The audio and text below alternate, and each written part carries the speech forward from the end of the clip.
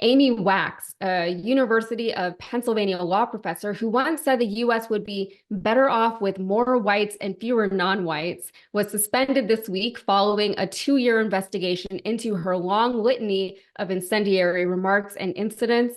With millions watching and many people benefiting from this program called Indisputable, we just need 1% of the viewers to become a paid member so we can continue to bring this content to you. Now back to the show.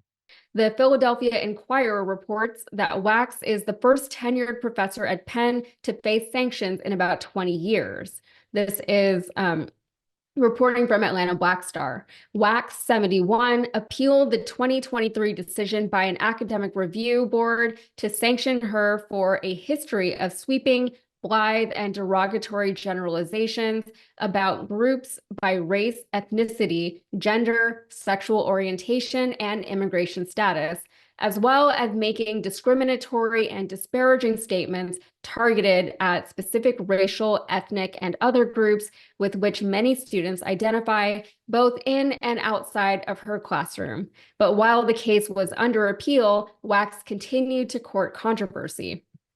Last November, according to the Daily Beast, she invited white nationalist Jared Taylor to speak to her class on conservative and political legal thought. Taylor edits a publication that the Southern Poverty Law Center says promotes pseudo-scientific studies and research that purports to show the inferiority of Blacks to whites. It wasn't the first time Wax had invited Taylor to speak to her students. That initial invitation to Taylor kickstarted the university review. Wax first drew attention for a 2017 op-ed published in the Philadelphia Inquirer bemoaning the loss of America's bourgeois culture. Bougie culture. That same year, she told a New Yorker reporter, "I don't think I've ever seen a Black student graduate in the top quarter of the class, and rarely in the top half." Former Penn Law School Dean Theodore Ruger removed her from teaching any required courses in 2018 because she commented on the academic performance and grade distributions of Black students in her classes.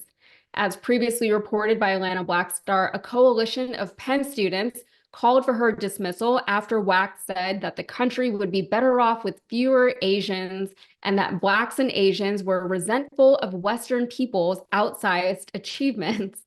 Later, in a sit-down with Tucker Carlson, she again disparaged Asians and called India an S-hole.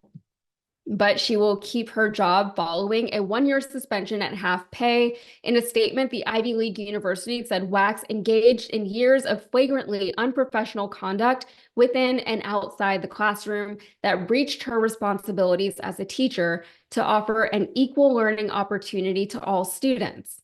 The matter is considered closed and is not eligible for further appeal, university officials stated. Wax, whose suspension does not begin until after the current academic year, will be eligible to return to Penn following the 2025-26 academic school year.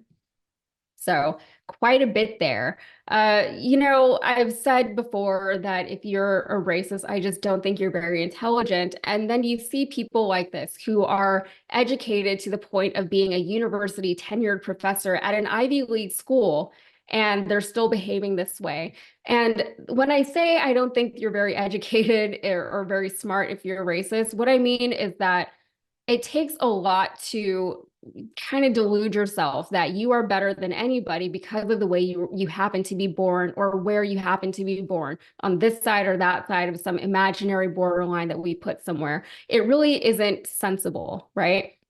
But people, whenever you read a book, right, you can interpret it however you want. You imbibe it with your own lived experiences and your own personal beliefs. That's why a lot of people can watch a show like The Boys and not realize that Homelander is the bad guy and has always been the bad guy from the very first episode, from the very beginning.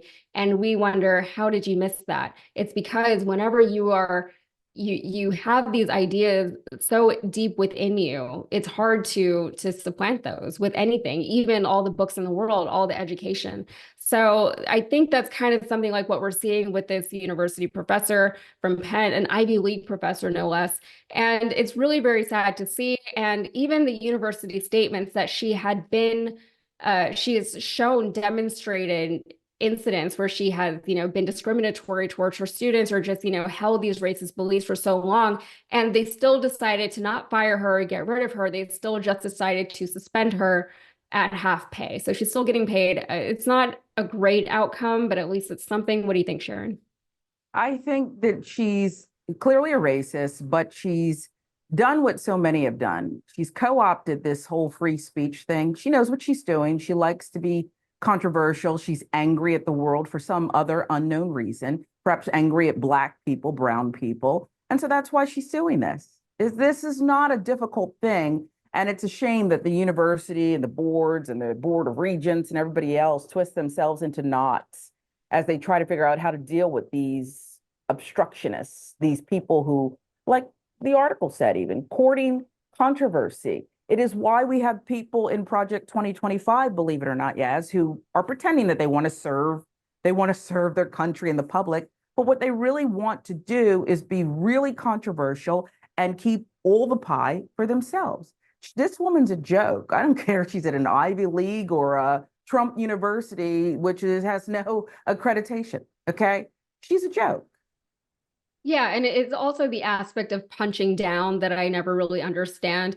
The explanation that we're always given is that certain groups of people, white people in this case, are worried that other groups of people, like Asian people or Black people, are going to suddenly rise up and take over and supplant white supremacy in this country and around the world.